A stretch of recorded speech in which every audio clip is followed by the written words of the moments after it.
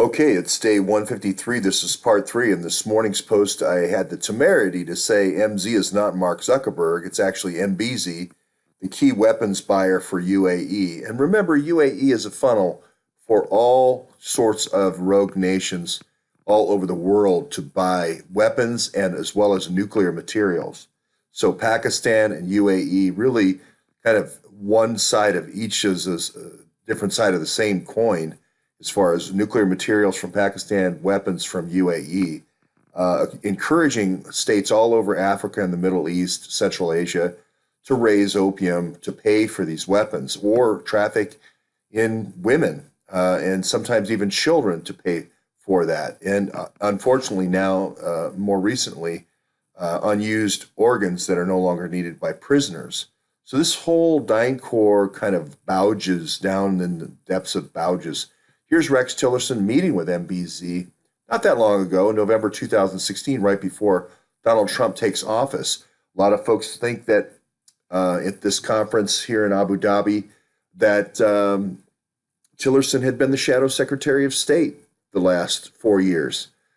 So while Rex Tillerson was nominally the secretary of state, we won't know until we actually see the Blackberries, see all the messages.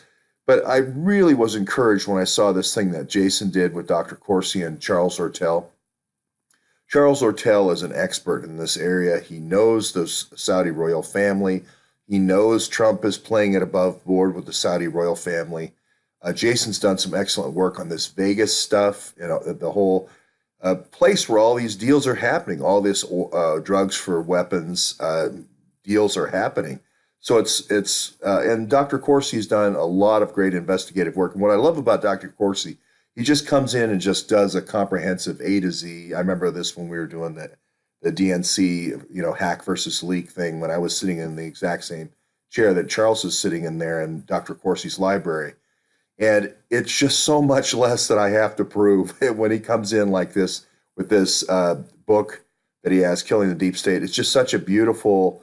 It's like all that I don't have to worry about now. I can go to the edge and thank you, Dr. Corsi, for such a beautiful thing. You haven't seen this thing. It's 2 hours long, and it's good all the way. At 57 minutes, Charles mentions his knowledge of the royal family.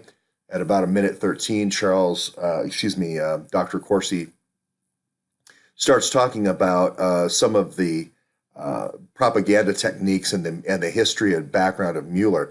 Now, he did duck this question about SES from Jason. Jason asked a very good question. He was kind of following up from Field O'Connell.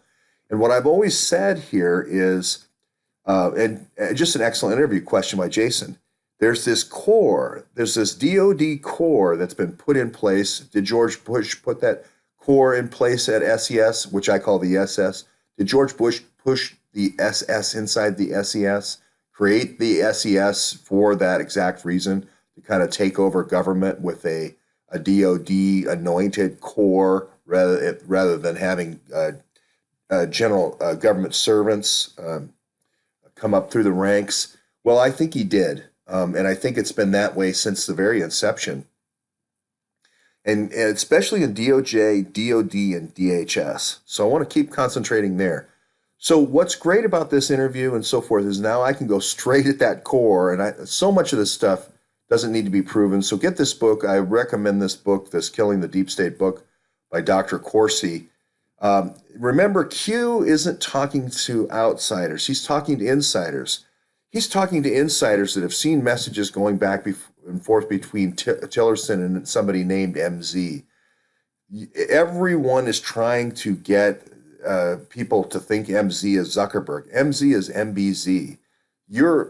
What Q is trying to do is influence people who are insiders, not outsiders. They're trying to get people who've seen the intelligence but haven't quite put all the intelligence together on the inside, who've seen the messages that MZ is Zuckerberg, not MBZ.